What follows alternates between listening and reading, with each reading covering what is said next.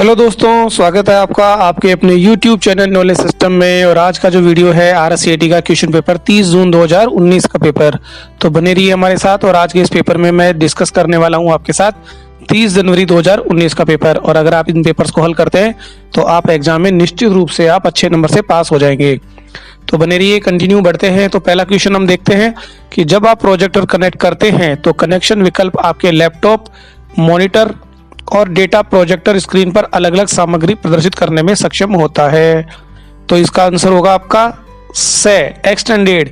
मतलब ये जो कनेक्शन होता है, जब आप अलग अलग कनेक्शन जब बनाते हैं, जब बहुत सारी चीजें आपने जोड़ ली, जैसे कि आपने बोला कि देखिए इधर जैसे कनेक्शन आपने बनाए, अलग अलग कनेक्शन बनाए, जैसे कि प्रोजेक्टर हो गया, लैपटॉप, मॉनिटर, डेटा प्रोजेक्टर, तो आपको क्या करना पड़ेगा, एक्सटेंशन बनाना पड़ता है।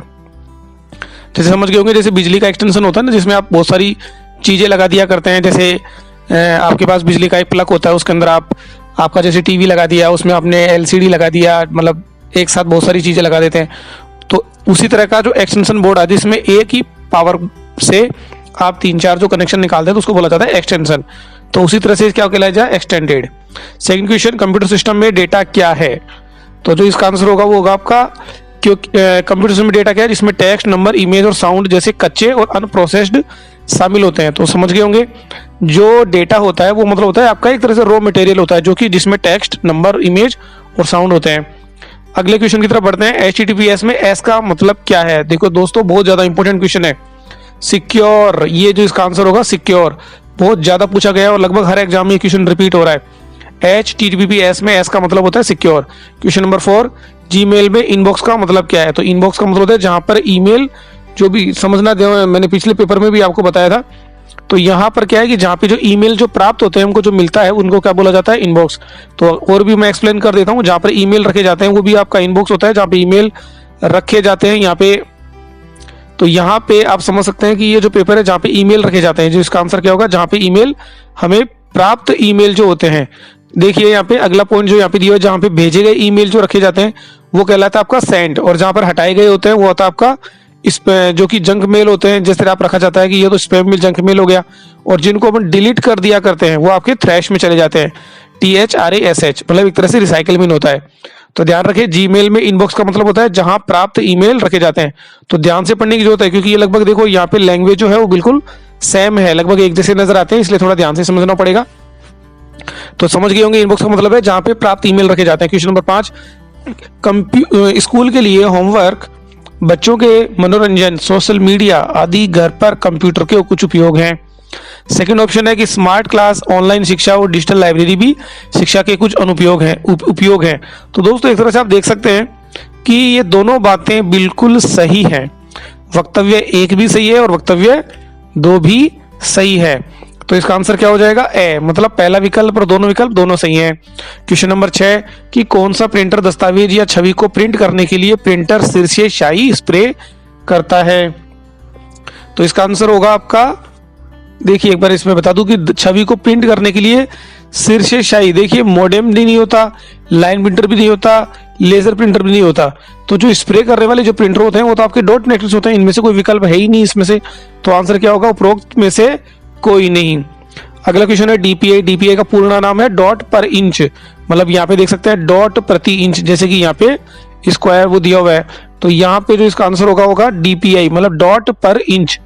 क्वेश्चन नंबर 8, जो कि DPI जो है वो आपके प्रिंटर से रिलेटेड होता है। क्वेश्चन नंबर 8 की तरफ हम बात करें कि डैश का उपयोग 2 स्थानों के बीच रास्ता खोजने के लिए किया जाता है। तो दोस्तों आपको पता होगा आंसर क्या होगा इसका, गूगल मैप। बहुत आसान क्वेश्चन है गूगल मैप, क्योंकि शेयर इट तो होता है फाइल शेयर करने के लिए, रास्ता आंसर पर शिकायत करने के लिए होता है, ई मित्र जहां से आप ई मित्र की सेवाएं लेते हैं, ई मित्र से गवर्नमेंट वाली सेवाएं। क्वेश्चन नंबर 9, पोर्टल का उपयोग करके रेलवे सेवाओं के लिए किया जाता है। तो इसके लिए जो वेबसाइट है IRCTC की जो वेबसाइट है, उसके जरिए रेलवे का जो भी सेवाएं होती है वो मिलती हैं। साथ में और भी मैं बता देता हूँ कि NVSP जो NVSP national voter service portal है, UIDI जो है वो आपका आधार के लिए होता है, और VMU जो है वो आपकी वर्धमान महावीर खुला विश्वविद्यालय की वेबसाइट का एड्रेस है। तो इसका आंसर होगा IRCTC। क्वेश्चन नंबर 10 कि URL का एक वैध उदाहरण है, मतलब URL के लिए जो कि सही एक एड्रेस हो सकता है। तो आप दोस्तों समझ सकते हैं कि URL का होता है uniform resource locator. Full form याद रखें, URL की फुल फॉर्म होती है यूनिफॉर्म रिसोर्स लोकेटर, और URL होता है आपका एक वेबसाइट का जो एड्रेस है। देखिए दोस्तों, इसमें वेबसाइट का एड्रेस कौन सा है, देखो ये तो आपका एक ईमेल एड्रेस होता है, ये दोनों जो आपके दिए हुए हैं ये वाले, ये आपका एक आईपी एड्रेस हो सकता है और ये आपका बाइनरी कोड हो सकता है। तो सही आंसर क्या हुआ, vmu.ac.in। अगर मैं इस पर क्लिक करूंगा तो आपकी वेबसाइट भी ओपन हो जाएगी। तो दोस्तों समझ गए होंगे vmu.ac.in जो है वो आपका एक यूआरएल का वैध उदाहरण है। क्वेश्चन नंबर 11, ईमेल में बीसीसी का पूर्ण रूप क्या है? तो बीसीसी का मतलब होता है ब्लाइंड कार्बन कॉपी, जिसमें कि जब आप मेल भेजते हैं तो दूसरे को पता नहीं लगेगा कि आपने ये मेल किसी और को भी भेजा है। बीसीसी का मतलब है blind carbon copy. Question number 12, निम्नलिखित में से कौन सबसे मजबूत पासवर्ड का उदाहरण है? तो देखो मजबूत पासवर्ड वो होता है जिसमें भी टेक्स्ट भी हो, कैरेक्टर भी हो, सिंबल्स भी हो और डिजिट का भी यूज किया गया हो। तो यहाँ पर आप देख सकते हैं कि इसका आंसर होगा 123 vmu.@rset, क्योंकि इसमें डिजिट भी है, स्मॉल कैपिटल भी है, सिंबल भी है और कैपिटल स्मॉल का भी काफी अच्छा कॉम्बिनेशन बना, मतलब सबसे टिपिकल यही है, तो इसीलिए सबसे मजबूत पासवर्ड हुआ। तो दोस्तों अगर आप जयपुर में कहीं भी आसपास में रहते हैं तो आप बिल्कुल घर बैठे RSCAT में प्रवेश ले सकते हैं और आपका बिल्कुल अच्छे तरीके से आपका RSCAT का जो एग्जाम है वो करवा दिया जाएगा।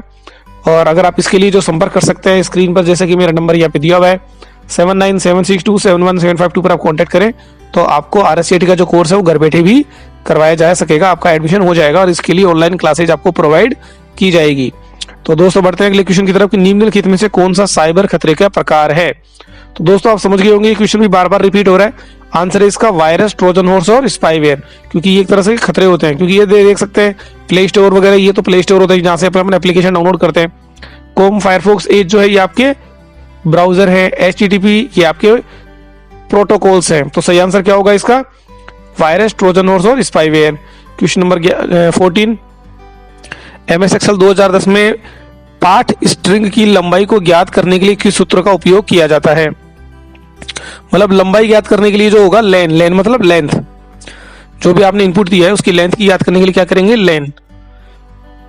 क्वेश्चन नंबर 15, यदि कई ऐप या प्रोग्राम खोले जाते हैं तो आप विंडोज 10 में खोले गए ऐप या प्रोग्राम के बीच स्विच करने के लिए कौन सा बटन काम में लेते हैं?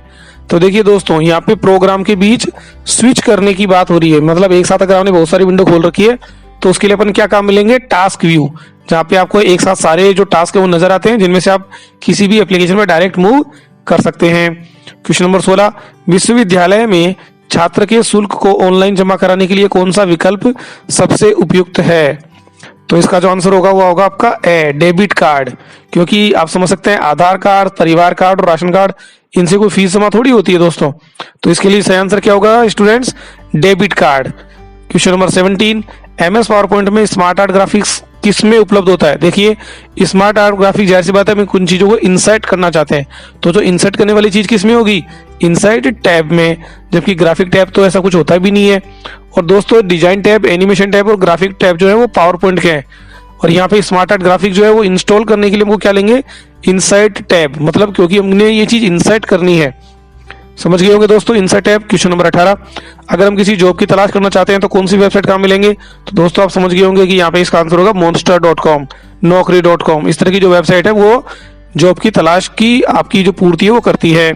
क्योंकि जीमेल जो है आपका जीमेल आईडी का है, chrome.com ये होता नहीं है। ड्राइव जो है आपका जो भी आपकी जो फाइल्स होती है उनको स्टोर करने के लिए होती है। क्वेश्चन नंबर 19, MS एक्सेल 2010 में बार चार्ट और कॉलम चार्ट के बारे में सही विकल्प का उपयोग करें। तो इसका जो आंसर होगा वो होगा दोस्तों से, मतलब डेटा मानों को बार चार्ट में क्षैतिज सलाखों में दर्शाया जाता है, जबकि कॉलम चार्ट में ऊर्ध्वाधर, मतलब कि जो आप समझ सकते हैं कि जो डेटा बार में बार चार्ट जो होता है वो क्षैतिज, मतलब ये इस तरह से, जैसे कि ये बना हुआ है, ये तो क्षैतिज हो गया। और दूसरा होता है कॉलम चार्ट में इस तरह से होता है, मतलब ऊपर से नीचे की तरफ, मतलब ऊपर से नीचे, जैसे 1, 8, 15 इस तरह से लेते हुए चलेंगे। तो ठीक है। क्वेश्चन नंबर 20, हम कंप्यूटर सिस्टम में कैश मेमोरी का उपयोग क्यों करते हैं? तो बढ़ते हैं आगे क्वेश्चन की तरफ। देखो कैश मेमोरी की हम बात करेंगे तो यहाँ पे आप देख सकते हैं आंसर होगा इसका बी, मतलब बे, क्योंकि इसमें मुख्य मेमोरी की तुलना में कम एक्सेस समय लगता है, क्योंकि कंप्यूटर की स्पीड को मतलब बहुत ज्यादा जो कैश मेमोरी होती है ये महंगी भी होती है, कॉस्टली भी कहा जाता है, और ये आपके कंप्यूटर की स्पीड को बढ़ाता है क्योंकि इसको एक्सेस करने में समय कम लगता है। तो दोस्तों अगर आप ये PDF अगर आप डाउनलोड करना चाहते हैं तो उसका भी मैं सिस्टम बता देता हूँ। देखिए स्क्रीन पर आप देख पा रहे होंगे, यहाँ से आपको क्या करना है, जो वेबसाइट है वो आपको ओपन करनी है, knowledgesystemjaipur.blogspot.com, और यहाँ पे जो लिंक शेयर है वो आप यहाँ पे देख पाएंगे। मैं थोड़ा दिखा देता हूँ आपको। RSCAT क्वेश्चन पेपर की तरफ जब आप जाएंगे जैसे कि मैं दिखा देता हूँ आपको। यहाँ पे आपको मूव करना है, नॉलेज सिस्टम jaipur.blogspot.com पर आपको जाना है।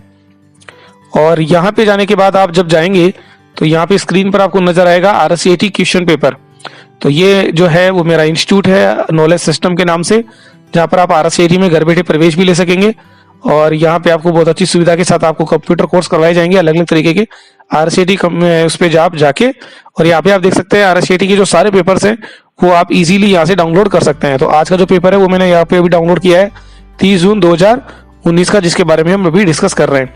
क्वेश्चन नंबर 21, QR कोड का मतलब है, QR कोड का मतलब होता है क्विक रेस्पॉन्स। QR कोड आप जानते होंगे जो चौकोर में बना हुआ आता है, जैसे कि जो आधार कार्ड पे QR की तरफ आता है, या फिर आपने कभी भी शॉपिंग मॉल पे देखा होगा कि अगर पेमेंट करने के लिए फोन पे, पेटीएम, गूगल पे का जो बना हुआ आता है चौकोर जिसमें कुछ डेटा छुपा हुआ होता है, वो बहुत ज्यादा फास्ट स्कैनिंग हो जाता है, तो उसको बोला जाता है क्विक रेस्पॉन्स। याद रखना इसको, बहुत पूछा जाता है क्विक रेस्पॉन्स। क्वेश्चन नंबर 22 की तरफ हम बढ़ते हैं कि कौन सा प्रतीक चिन्ह का उपयोग MS एक्सेल में एक सूत्र को स्टार्ट करने के लिए किया जाता है। तो दोस्तों यहाँ पे कोई भी फॉर्मूला जो स्टार्ट होता है वो बराबर के चिन्ह से स्टार्ट होता है, लेकिन यहाँ पे तो बराबर का चिन्ह है ही नहीं, इसीलिए इसका आंसर होगा उपरोक्त में से कोई नहीं। क्वेश्चन नंबर 23 कि MS पावरपॉइंट 2010 में प्रेजेंटेशन की पहली स्लाइड को शुरू करने के लिए हम क्या काम में लेते हैं। तो देखो यहाँ पे जो दिया हुआ है कि पहली स्लाइड से अगर स्टार्ट करना होता है तो हम F5 दबाते हैं। तो दोस्तों अगर हम पहली स्लाइड से स्टार्ट करना चाहते हैं तब तो F5 होता है, और अगर हम किसी भी स्लाइड पे जहां पर हम मुंह खड़े हैं इस समय, जैसे तीसरी, चौथी या पांचवी से स्टार्ट करना है तो उसका होगा शिफ्ट के साथ F5।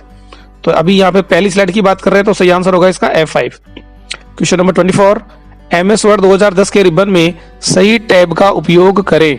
तो यहाँ पे जो इसका आंसर है आप देख सकते हैं, home, insert, page layout, reference आदि, यही आपके टैब होते हैं। क्योंकि देखो bullet list, order list, short, इस नाम से या बाकी के सैदों के जो ऑप्शन है इस नाम से कोई टैब होते ही नहीं है। तो MS वर्ड में सही टैब कौन कौन से हैं आपने देखा होगा, home, insert, page layout, reference वगैरह। क्योंकि आपने जब MS वर्ड का कोर्स किया है तो आपने देखा होगा MS वर्ड के अंदर ये चीजें कौन कौन सी विंडो आपकी जो खुलती है वो सही रिबन का उपयोग करें। क्वेश्चन नंबर 25, MS वर्ड 2010 के साथ बनाई गई फाइल का डिफॉल्ट नाम क्या होता है। देखो डिफॉल्ट जो फाइल का नेम होता है वो होता है आपका डॉक्यूमेंट। अगर हम पहली बार MS वर्ड की फाइल को खोलते हैं तो फाइल का नाम होता है document1। क्वेश्चन नंबर 26, आकार, भंडारण क्षमता और प्रदर्शन के आधार पर कंप्यूटर का सही वर्गीकरण कीजिए। तो दोस्तों देख सकते हैं कि कंप्यूटर के जो प्रकार हैं, तो देखिए super computer, main frame, mini computer और माई कंप्यूटर इसका सही आंसर है, क्योंकि कंप्यूटर के प्रकारों की बात कर रहे हैं। बाकी जो विकल्प यहाँ पे दिए हुए हैं ब, स और द, ये कंप्यूटर के प्रकार नहीं है, कंप्यूटर के कुछ इनपुट आउटपुट डिवाइसेज हैं। हमने यहाँ पे कंप्यूटर के प्रकार की बात की है। तो 4 कैटेगरी में हमने कंप्यूटर को डिवाइड कर रखा है, super computer, main frame computer, mini computer और माइक्रो कंप्यूटर। क्वेश्चन नंबर 27, निम्नलिखित में से मोबाइल वॉलेट के सही उदाहरणों का चयन करें। ये तो बहुत आसान क्वेश्चन हुआ दोस्तों, आपको पता होगा कि इसमें मोबाइल वॉलेट कौन कौन से हैं। तो मोबाइल वॉलेट होते हैं आपके पेटीएम, फ्रीचार्ज और फोन पे, आप सभी यूज में लेते हैं। अगले क्वेश्चन की तरफ आप आते हैं कि कौन सा ऑपरेटिंग सिस्टम का उदाहरण नहीं है। देखिए दोस्तों एंड्रॉइड आपका मोबाइल वगैरह में एंड्रॉइड यूज में आता है, तो जाहिर सी बात है ऑपरेटिंग सिस्टम है। विंडोज आपका कंप्यूटर के लिए ऑपरेटिंग सिस्टम होता है, और लिनक्स भी ऑपरेटिंग सिस्टम होता है, लिनक्स और यूनिक्स भी होता है। लेकिन जीपीएस, ग्लोबल पोजिशनिंग सिस्टम, ये आपका कोई ऑपरेटिंग सिस्टम नहीं होता, ये आपकी एक नेटवर्किंग की टर्म होती है, ग्लोबल पोजिशनिंग सिस्टम। तो सही आंसर इसका होगा स। क्वेश्चन को ध्यान से पढ़ें, क्योंकि 35 में से 14 क्वेश्चन आपको सही करने होते हैं, तभी आप पास हो पाएंगे। और अगर आप इन वीडियो को देखेंगे और अपने दोस्तों तक शेयर करेंगे तो वो भी पास हो जाएंगे और बहुत अच्छे आसान तरीके से आप पेपर को क्लियर कर पाएंगे। क्वेश्चन नंबर 29 कि इंटरनेट की गति को नापने के लिए कौन सी सही इकाई होती है। तो दोस्तों इंटरनेट की गति को नापने के लिए बीपीएस, केबीपीएस और जीबीपीएस तीनों ही होती है। बीपीएस बीट पर सेकंड, केबीपीएस किलोबाइट पर सेकंड, जीबीपीएस गीगाबाइट पर सेकंड, मतलब सही आंसर होगा इसका उपरोक्त सभी। क्वेश्चन नंबर 30, एसएसओ का पूरा नाम क्या है। Single sign on. Single line on के जरिए आप जितनी भी जो गवर्नमेंट की जो योजनाएं होती हैं 70 से ज्यादा, उन सभी स्कीम के अंदर जाके आप अप्लाई कर सकते हैं, आवेदन कर सकते हैं। तो एसएसओ का मतलब है single sign on. Question number 31, Windows 10 में सिस्टम रिस्टोर का उपयोग क्या है। सिस्टम रिस्टोर मतलब यहाँ पे सिस्टम रिस्टोर का मतलब आप समझ गए होंगे कि कंप्यूटर को पुरानी डेट पे जाके उसको वापस से रिकवर करना, क्योंकि अगर कंप्यूटर में अगर खराबी हो जाती है तो आप वहां से उसको कंप्यूटर की समस्या को दूर कर सकते हैं। तो सही आंसर होगा इसका ए, खराबी की समस्या को दूर करने से पहले अपने कंप्यूटर को एक बिंदु पर पुनः स्थापित करने के लिए। क्वेश्चन नंबर 32, MS वर्ड 2010 में पृष्ठ संख्या शब्द गणना दस्तावेज की भाषा दिखाता है। तो देखिए दोस्तों ये चीजें कहाँ पे लिखी हुई आती है, आपकी आती है, देखो यहाँ पे क्वेश्चन को ध्यान से पढ़ें। पृष्ठ संख्या, शब्द गणना और दस्तावेज की भाषा, ये आपको कौन सी जगह पर नजर आती है। तो दोस्तों ये चीजें कहाँ आती है, ये आपके टाइटल बार पे नजर आती है, क्योंकि जो ऊपर की तरफ आप देखते हो तो प्रश्न संख्या वगैरह सब चीजें जो लैंग्वेज वगैरह होती है वो आपको नजर आ जाता है टाइटल बार पे। एक मिनट, थोड़ा सा इस क्वेश्चन को देखना पड़ेगा। यहाँ पे है पृष्ठ संख्या, शब्द गणना और यहाँ पे दस्तावेज की जो भाषा है वो सब आपको कहाँ पे नजर आती है। आपको आप टाइटल बार में इसकी पृष्ठ संख्या वगैरह को देख नहीं सकते। इसका सही आंसर होना चाहिए इसमें प्रिंट लेआउट, क्योंकि प्रिंट लेआउट के अंदर ही आपको सब कुछ चीजें पता लगेगा। सही आंसर यही है इसका, print layout. Question number 34, MOOC क्या है। MOOC क्या है, तो इसका सही आंसर होगा एक ऑनलाइन कोर्स पोर्टल है। देखो MOOC क्या मतलब है, मैसिव ओपन ऑनलाइन कोर्सेज होता है। तो ऑनलाइन कोर्सेज जो होते हैं आपके फ्री में, जो कंप्यूटर के या किसी भी तरीके के जो कोर्स होते हैं, इसके लिए जो ऑनलाइन कोर्स पोर्टल क्या है, MOOC। तो यहाँ से ऑनलाइन कोर्स आप प्राप्त कर सकते हैं एजुकेशन के लिए। क्वेश्चन नंबर 34, लोकप्रिय रूप से ईमेल प्रयोजनों हेतु उपयोग किया जाता है। देखो ईमेल चलाने के लिए हम जाहिर सी बात है क्या काम मिलेंगे, आउटलुक काम मिलेंगे, क्योंकि आउटलुक जो है आपका ईमेल को संधारण करने का एक तरीका होता है, एक एप्लीकेशन होती है जिसमें आप ईमेल को मैनेज भी कर सकते हैं।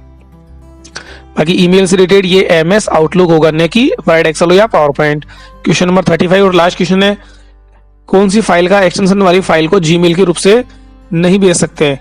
तो जीमेल में कौन सी फाइल नहीं भेज सकते हैं, exe फाइल को नहीं भेजा जा सकता है, जबकि PDF, DOC और PPT फाइल को आप ईमेल कर सकते हैं। exe फाइल जो होती है एग्जीक्यूटेबल होती है, और एग्जीक्यूटेबल कभी वायरस भी हो सकता है, इसलिए इस तरह की फाइलों को भेजा जाना संभव नहीं होता है। तो दोस्तों आज का वीडियो कैसा लगा उसके बारे में आप कमेंट करके जरूर बताएं।